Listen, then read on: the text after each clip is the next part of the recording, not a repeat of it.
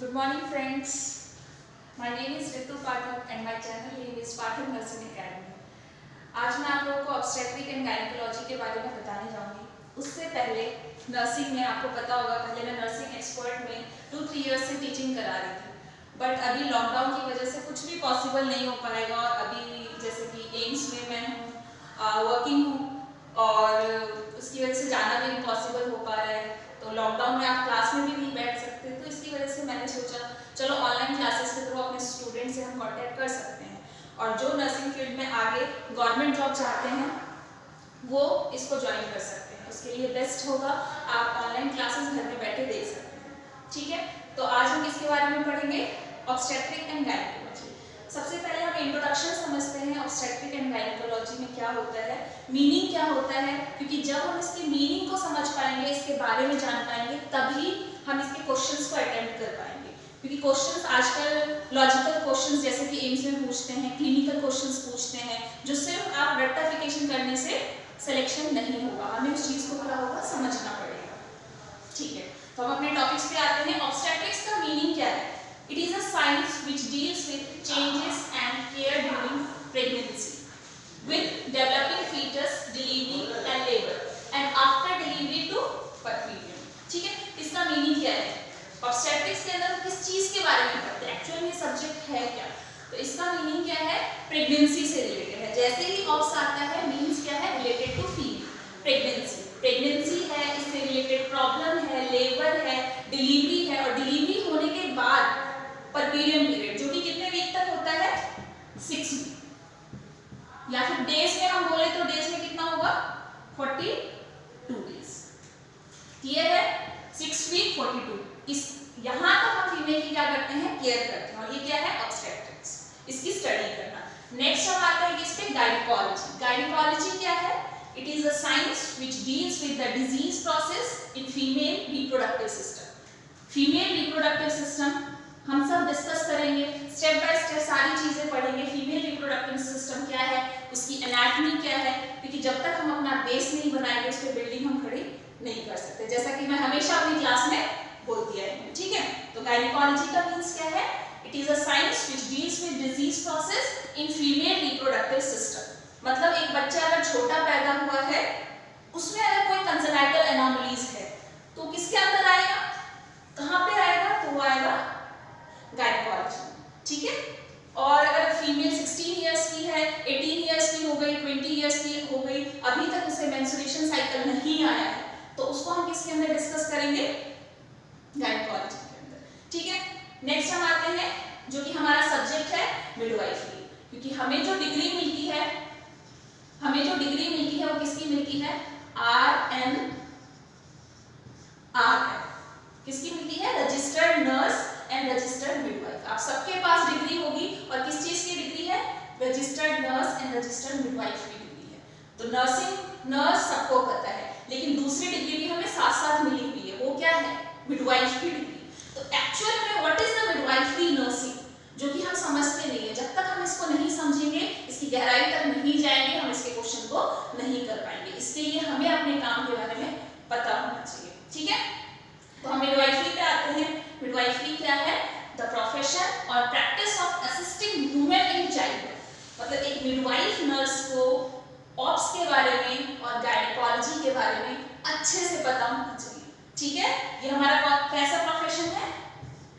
Profession है, practice है of assisting women in child birth में, उसे असिस्ट करना। अब जैसे कि नर्सिंग हमने पूरा कंप्लीट कर लिया, और अगर मैं एक क्वेश्चन पूछूं, जैसे कि ये है, इनसे अगर मैं क्वेश्चन पूछूं क्या डिलीवरी करना हमारा काम है? यस, क्या डिलीवरी करना हमारा काम है? बच्चे को पैदा करना हमारा काम है? एक नर्सिंग ऑफिसर का काम है डिलीवरी करना। यस, देखो पूरी नर्सिंग कर ली, लेकिन हमें ये नहीं पता कि किसका काम क्या है, यही तो सीखना है। अगर ये सीख लिया तो क्वेश्चन करने में हमें कोई भी कंफ्यूजन नहीं होगा। समझ में आ रहा है? हाँ, एक ऑब्स्टेट्रिशियन का काम होता है डिलीवरी करना, हमारा काम नहीं है, लेकिन उस टाइम पे उसको असिस्ट करना किसका काम है? हमारा काम। ठीक है, नेक्स्ट हमें फादर के बारे में पता होना चाहिए। फादर ऑफ ऑब्स्टेट्रिक्स कभी कभी 1 मार्क्स क्वेश्चन में आ जाता है, क्या है father of obstetrics? James Marion Sims. J Marion Sims से भी आता है, जे मैरियन सिम्स से भी लिखा हुआ आता है, तो जे का मतलब क्या है? James Marion Sims. Okay, clear? अब हम नेक्स्ट चलेंगे, इंट्रोडक्शन ऑफ ऑब्स्टेट्रिक्स है। आज इंट्रोडक्टरी क्लास है, सिर्फ हमें यही समझना है कि ऑब्स क्या है, गायनेकोलॉजी क्या है, मिडवाइफरी नर्सिंग क्या है, समझ में आ रहा है। और इसके बाद हमें क्या देखना है, थोड़ा सा ऑब्स का इंट्रोडक्शन देखना है। और नेक्स्ट क्लास से अगर आप इसे लाइक करेंगे, सब्सक्राइब करेंगे और इसे अच्छा सा मतलब मोटिवेट करेंगे, मुझे मोटिवेशन मिलेगा, तो मैं क्या करूंगी, नेक्स्ट वीडियो स्टार्टिंग से शूट करूंगी, जिससे आपको घर बैठे इसका लाभ मिल सकता है। ओके, तो नेक्स्ट हम चलते हैं introduction to obstetrics. Introduction to obstetrics, जैसा कि अभी हमने देखा था, किसका मीनिंग देखा था, ऑब्स्टेट्रिक्स क्या होता है, गायनेकोलॉजी क्या होता है और मिडवाइफरी नर्सिंग क्या होता है। ओके, इंट्रोडक्शन टू ऑब्स्टेट्रिक्स में हम एक वर्ड जो हमने डिस्कस नहीं किया वो क्या था, एंड्रोलॉजी। एंड्रोलॉजी का मतलब क्या होता है, एक चीज जैसा कि हम जानते हैं, लॉजी जहां पे लग गया मतलब किसी ना किसी चीज की क्या हो रही है, स्टडी हो रही है। एंड्रोलॉजी, एंड्रोलॉजी का मतलब क्या है, किस चीज की स्टडी हो रही है, मेल रिप्रोडक्टिव सिस्टम। अगर हम मेल रिप्रोडक्टिव सिस्टम की स्टडी करते हैं तो उसको क्या बोलते हैं, एंड्रोलॉजी। और यहाँ पे भी लॉजी लगा है, लेकिन वर्ड क्या है, गायनी। गायनी रिलेटेड टू क्या है, female. Okay, gynae related to क्या है, फीमेल। गायनेकोलॉजी का मतलब क्या होता है, study of female reproductive system. Now the difference between andrology and gynaecology क्या है, प्राइमरी सेक्स। सबसे पहले इन दोनों में डिफरेंस करने के लिए सबसे इंपॉर्टेंट क्वेश्चन क्या है, प्राइमरी सेक्स ऑर्गन। अब मैं अगर आपसे क्वेश्चन पूछूं कि मेल और फीमेल में प्राइमरी सेक्स ऑर्गन क्या होता है, मोस्ट इंपॉर्टेंट क्वेश्चन जो कि बहुत इजी क्वेश्चन में आता है, लेकिन हम इसमें भी गलती करते हैं। प्राइमरी सेक्स ऑर्गन मेल के अंदर क्या होता है, टेस्टिस, और फीमेल के अंदर हम बात करें तो क्या है, ओवरी है। टेस्टिस को हम क्या बोल सकते हैं, testis is a male gonads. और what is the meaning of gonads? Gonads का मीनिंग क्या होता है, गोनैड्स का मीनिंग है जो गैमेट को प्रोड्यूस करे। Production of gamete is called gonads. वैसे ही सेम फीमेल में है, फीमेल गोनैड्स मतलब जो फीमेल गैमेट को प्रोड्यूस करे उसे हम क्या बोलेंगे, फीमेल गोनैड्स। यहाँ टेस्टिस है, यहाँ ओवरी है। ओके, नेक्स्ट हमारा क्या है, गैमेट। गैमेट क्या है, तो जो गोनैड्स मेल गैमेट्स को प्रोड्यूस करेगा उसे हम क्या बोलेंगे, मेल गोनैड्स। ये क्या गैमेट प्रोड्यूस करता है, टेस्टिस। मीनिंग टेस्टिस हमें क्या गैमेट प्रोड्यूस करता है, स्पर्म को। और अगर हम फीमेल में बात करें, ओवरी, ओवरी क्या प्रोड्यूस करता है, फीमेल गैमेट, और उसको हम क्या बोलते हैं, ओवरी। नेक्स्ट लाइफ स्पैन, ये भी बहुत बार क्वेश्चन आया है, रिपीटेड क्वेश्चन देखने को मिलता है क्या, कि जो स्पर्म है उसका लाइफ स्पैन कितना होता है, जो गैमेट है उसका लाइफ स्पैन कितना है। तो स्पर्म का लाइफ स्पैन कितना होता है, 48 to 72 आवर्स। और यही अगर डेज में क्वेश्चन आ गया तो कितना हो जाएगा, 2 to 3 डेज। ओके, नेक्स्ट हम ओवम में बात करते हैं, इसका लाइफ स्पैन कितना है, हाफ टू 1 डे। ठीक है, हाफ टू 1 डे। आवर्स में बात करें तो कितना होगा, यस, हाफ में 12 to 24 आवर्स।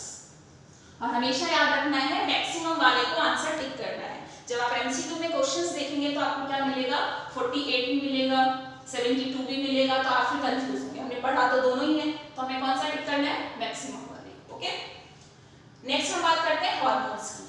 हार्मोन्स में मेल सेक्स हार्मोन कौन सा है और फीमेल सेक्स हार्मोन कौन सा है। मेल सेक्स हार्मोन कौन सा होता है, टेस्टोस्टेरोन। ठीक है, कहां से प्रोड्यूस होता है, लीडिंग सेल से।